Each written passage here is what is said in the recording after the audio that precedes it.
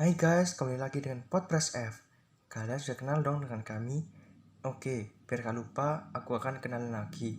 Ada aku, Albert, Vino, Billy, Fanny, Patrick, Vivian, dan Evan.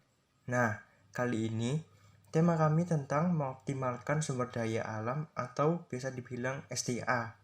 Ya, konsep kami kali ini gak akan kalah seru kok dari yang sebelumnya. Jadi masih dibilang fresh. Hehehe. Oke, langsung aja dimulai videonya. Yuk.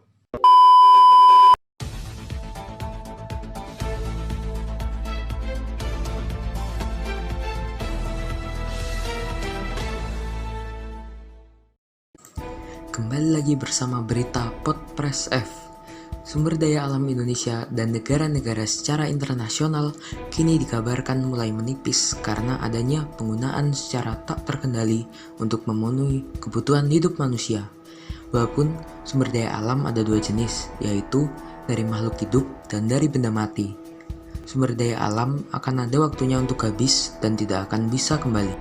Seperti yang diketahui, banyak terjadi masalah kekurangan air di berbagai daerah yang penyebabnya bukan hanya karena musim kemarau tetapi juga perilaku manusia.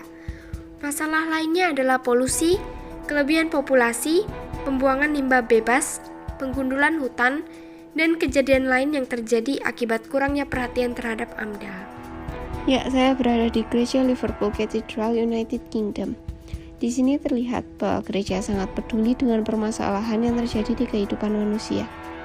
Kita ambil salah satu masalah yang sering terjadi, yaitu penggundulan hutan. Penggundulan hutan disebabkan karena pesatnya kelahiran manusia, sehingga kebutuhan lahan perumahan juga meningkat. Selain tidak adanya tempat untuk tumbuhan hidup, hewan yang ada di dalamnya juga ikut punah. Hal inilah yang akan menjadi dampak bagi manusia sendiri karena kekurangan sumber kebutuhan hidup. Selain itu, dapat kita lihat di sini, gereja juga tengah membantu dalam pemulihan sumber daya alam. Gereja ikut ambil bagian sebagai penengah yang adil. Contohnya seperti pembelaan dan perjuangan keadilan bagi rakyat yang lemah dan tertindas. Gereja juga peduli terhadap segala kelebihan dan kekurangan masyarakat dengan menolong sesuai hukum kasih Tuhan. Baik, dampak berikutnya adalah kekurangan sumber kebutuhan hidup. Ada juga penyakit-penyakit yang diterita karena sumber pangan telah tercemar dan akan berbahaya bagi tubuh. Baik, kami dari The Royal Adelaide Hospital, Australia melaporkan. Jadi, makanan yang telah kita makan itu tidak hanya melalui proses singkat saja. Proses yang akan dilewati oleh makanan dimulai dari mulut, kerongkongan, lambung, usus halus, usus besar, dan akhirnya sisa makanan tersebut keluar.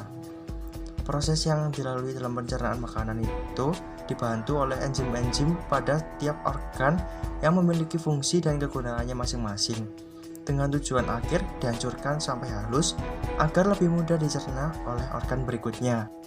Namun, apakah benar dengan kemajuan teknologi yang ada saat ini, masalah yang menyangkut sistem pencernaan dapat lebih mudah teratasi? Betul sekali, contohnya USG perut. Proses kerja USG perut dilakukan dengan menggunakan gelombang suara dengan frekuensi tinggi yang berguna untuk menghasilkan gambar bergerak agar dapat memperlihatkan bagian dalam perut. Jadi, lebih mudah melihat bagian mana yang mengalami gangguan. Ada juga CT scan. Pemeriksaan ini dilakukan dengan menyuntikkan cairan kontras ke tubuh agar menghasilkan gambar detail di dalam perut dan mendeteksi adanya gangguan pada usus. Gangguan-gangguan yang biasa terjadi pada sistem pencernaan adalah peradangan saluran usus atau penyakit radang usus dari usus besar dan usus kecil. Yang contoh lain seperti diare yang merupakan penyakit yang membuat penderitanya menjadi sering buang air besar dengan kondisi feses yang encer atau cair. Diare terjadi akibat makanan dan minuman yang terkena virus, bakteri, atau parasit. Penyakit-penyakit tadi tidak hanya berasal dari makanan saja, tetapi juga berasal dari pola hidup. Dan yang paling sering terjadi yaitu buruknya pola makan. Ada makanan tertentu yang jika dikonsumsi berlebihan dapat membuat penyakit baru. Maka, tips mengatur pola makan yang baik dan benar adalah dengan memakan makanan yang mengandung unsur 4 sehat 5 sempurna. yang menu makanannya terdiri dari makanan pokok, lauk pauk, sayur mayur, buah-buahan, dan susu sebagai penunjang. Ada juga hal lain yang harus diperhatikan seperti menentukan bahan makanan seimbang dengan cara memperhatikan angka kecukupan gizi dan angka kecukupan energi, selera, daya beli, dan keragaman pangan. Baik, kami dari Merah Putih Restoran, Keropokan, Bali, melaporkan. Proses dalam mengolah makanan harus dilakukan dengan benar. Sekarang ini, makanan internasional sudah bisa masuk ke dalam Indonesia dan rasanya tentu beraneka ragam. Mulai dari karakteristik, bahan, alat, dan teknik yang bermacam-macam. Contoh yang paling terkenal yaitu steak. Daging yang digunakan dipilih dengan baik dan seluruh serat ototnya diiris. Teknik memasaknya sendiri yaitu dengan dipanggang.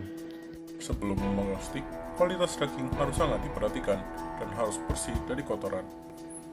Karena kebersihan dan kesehatan kandungan dalam makanan sangat berperan penting bagi tubuh kita. Baik nabati maupun hewani, semuanya harus dalam kualitas yang baik. Untuk makanan nabati, ada beberapa makanan yang menarik seperti salad, kimchi, dan kentang goreng. Dan untuk makanan hewani, ada steak, ice cream, dan sushi. Lalu bagaimana dengan kemasan pada makanan? Apakah kemasan itu sangat penting? Tentu saja, kemasan pada makanan itu sangat penting. Maka sistem kemasan keseluruhan dapat dibedakan menjadi 4 macam, yaitu kemasan primer, kemasan sekunder, kemasan tersier, dan kemasan kuartal. Apakah fungsi kemasan memiliki kriteria-kriteria khusus yang wajib diperhatikan? Tentu ada. Kriterianya yaitu tidak beracun, kedap udara, kedap air, mudah dibuka dan ditutup, anti mikroba, mudah dibuang, mencegah kebocoran produk, tidak merusak lingkungan, cocok dengan produk yang dikemas, dan memenuhi kebutuhan ukuran, berat, dan juga bentuk. Teknik dalam mengolah makanan juga berpengaruh dalam hasil akhir makanan. Teknik dalam proses pembuatannya pun bervariasi. Ada mengkukus, menggoreng, memanggang, mengasapi, dan masih banyak teknik yang lainnya. Ya, kesimpulannya, teknik memasak tidak jauh dari kata asap. Seperti yang diketahui pada waktu dekat ini, polusi udara menjadi permasalahan dunia karena sangat berbahaya bagi bumi. Lalu, bahaya bagi tubuh kita apa ya? Bahayanya bagi tubuh kita yaitu dapat merusak sistem pernafasan. Jadi, sistem pernafasan manusia dibagi menjadi 2, yaitu sistem pernafasan bagian atas dan sistem pernafasan bagian bawah. Sistem pernafasan bagian atas dimulai dari hidung, faring, dan laring. Sedangkan sistem pernafasan bagian bawah adalah laring, trakea, bronkus, bronkeolus, dan yang terakhir ada alveoli atau alveolus. Yang mana di bagian tersebut terjadi pertukaran udara bersih dan kotor. Jadi setiap organ yang ada memiliki tugas dan peranannya masing-masing agar pernafasan dalam tubuh dapat berjalan lancar. Organ manusia sendiri dapat mendeteksi dan sekaligus membantu paru-paru terhindar dari debu atau kotoran dengan melalui lendir atau dahak di tabung bronkial. Saya sedikit penasaran tentang yang namanya sesak nafas atau yang sering disebut dengan asma. Sebenarnya, bagaimana asma ini terjadi? Asma terjadi dikarenakan otot polos pembentuk dinding saluran terus berkontraksi, sehingga menyebabkan gangguan atau kekurangan hormon adrenalin. Asma bisa disebabkan oleh alergi pada debu, bulu, atau asap rokok.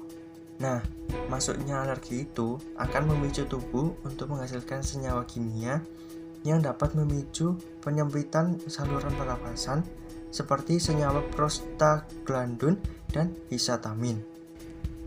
Dan penyakit ini dapat didiagnosa dengan teknologi nano yang didegradasi menyusup ke dalam tubuh tanpa terganggu sistem kekebalan tubuh. Kalau begitu, bagaimana dengan penyakit pneumonia?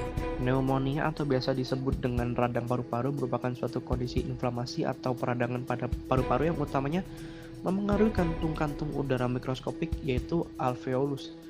Kondisi ini biasanya disebabkan oleh infeksi virus atau bakteri, obat-obatan, dan kondisi lain seperti penyakit autoimun. Gejala khasnya meliputi batuk, nyeri dada, demam, dan kesulitan bernapas.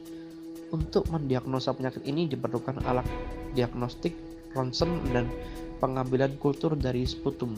Oh, jadi seperti itu. Sungguh menarik sekali informasinya. Saya menjadi lebih paham sekarang, dan saya yakin para penonton juga pasti sudah paham kan? Terima kasih bagi yang sudah nonton. Semoga dengan podcast kami ini, kalian jadi ingin tahu lebih banyak lagi mengenai sistem pencernaan, makanan internasional, peran agama dalam kehidupan, dan sebagainya. See you in the next video. Goodbye.